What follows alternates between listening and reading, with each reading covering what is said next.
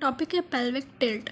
Pelvis की motion को या पेल्विस की मूवमेंट को हम पेल्विक टिल्ट कहते हैं। आप पेल्विस की मूवमेंट या तो एंटीरियरली हो सकती है कि वो आगे को मूव करे, या पोस्टीरियरली हो सकती है कि पेल्विस पीछे को मूव करे, या लेटरल हो सकती है कि हमारा पेल्विस जो है वो लेटरली मूव करे।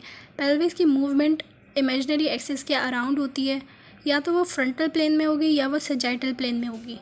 लेटरल टिल्टिंग जो है वो फ्रंटल प्लेन में होती है, जबकि एंटीरियर पोस्टीरियर टिल्ट जो है वो सैजिटल प्लेन में होता है। हमारी जो पेल्विस बोन है वो मिल के बनती है 3 हिप की बोन से, इलियम, इस्कियम, प्यूबिस, और 2 वर्टिब्रल कॉलम की बोन से, सैक्रम एंड कॉक्सिस से।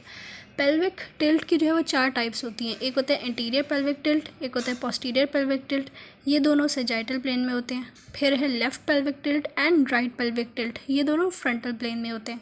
एंटीरियर पेल्विक टिल्ट जो है वो ये होता है कि जब हम फॉर एग्ज़ाम्पल हम जो है वो आगे की तरफ बेंड करें और अपने हाथ जो है वो पाँव पे लगाएं, तो हमारा जो पेल्विस होगा हमारे जो आगे फ्रंट ऑफ पेल्विस होगा वो नीचे को मूव करेगा, इन्फीरियरली मूव करेगा, जबकि जो हमारा बैक ऑफ पेल्विस होगा वो राइज करेगा। तो यहाँ पे भी यही लिखा हुआ है कि एंटीरियर सुपीरियर ईलिक स्पाइन जो है वो एंटीरियो इन्फीरियर मूव करेगा, यानी फ्रंट ऑफ पेल्विस ड्रॉप करेगा, नीचे को मूव करेगा, और जो बैक होगी पेल्विस की वो राइज करेगी सैजिटल प्लेन में। इसकी दूसरी डेफिनेशन ये भी हो सकती है कि increase in angle of pelvic tilt जो है वो एंटीरियर और फॉरवर्ड पेल्विक टिल्ट कहलाता है।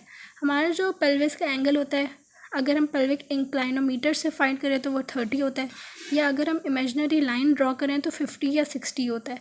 तो इन एंगल से अगर बढ़ता है एंगल तो वो एंटीरियर या फॉरवर्ड पेल्विक टिल्ट कहलाता है। जो मसल्स एक्टिव होते हैं वो होते हैं hip flexors and extensors of spine, ये दोनों मसल्स कॉन्ट्रैक्ट करते हैं और ये शॉर्टन होते हैं।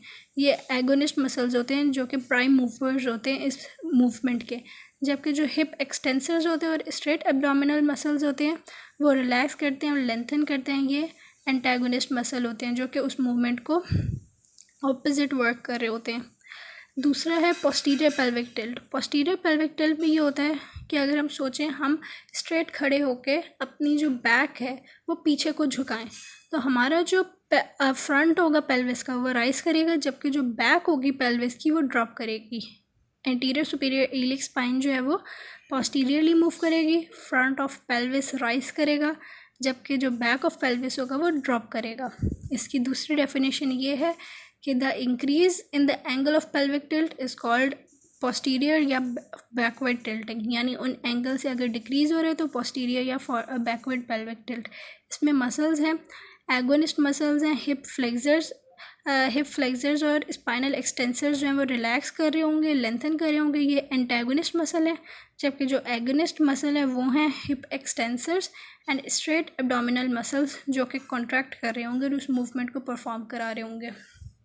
अगर हम इसकी डायग्राम देखें एंटीरियर और बैकवर्ड पेल्विक टिल्ट की, तो ये हमारे पास जो है नॉर्मल है, लंबर स्पाइन, पेल्विस और फीमर ये नॉर्मल पोजीशन पे है। इस नॉर्मल डॉटेड लाइन से अगर हमारा पेल्विस डाउनवर्ड मूव करता है, हमारा जो फ्रंट होगा पेल्विस का वो ड्रॉप करेगा, जबकि जो बैक होगी पेल्विस की वो राइज करेगी। यही हमने पढ़ा था फॉरवर्ड पेल्विक टिल्ट में या एंटीरियर पेल्विक टिल्ट में, तो यहाँ वो शो किया जा रहा है। और जो बैकवर्ड पेल्विक टिल्ट या पोस्टीरियर पेल्विक टिल्ट होगी उसमें ये होगा कि जो हमारा वो होगा, जो हमारी बैक होगी पेल्विस की वो जो है वो ड्रॉप कर रही होगी, जबकि जो फ्रंट होगा पेल्विस का वो राइज कर रहा होगा।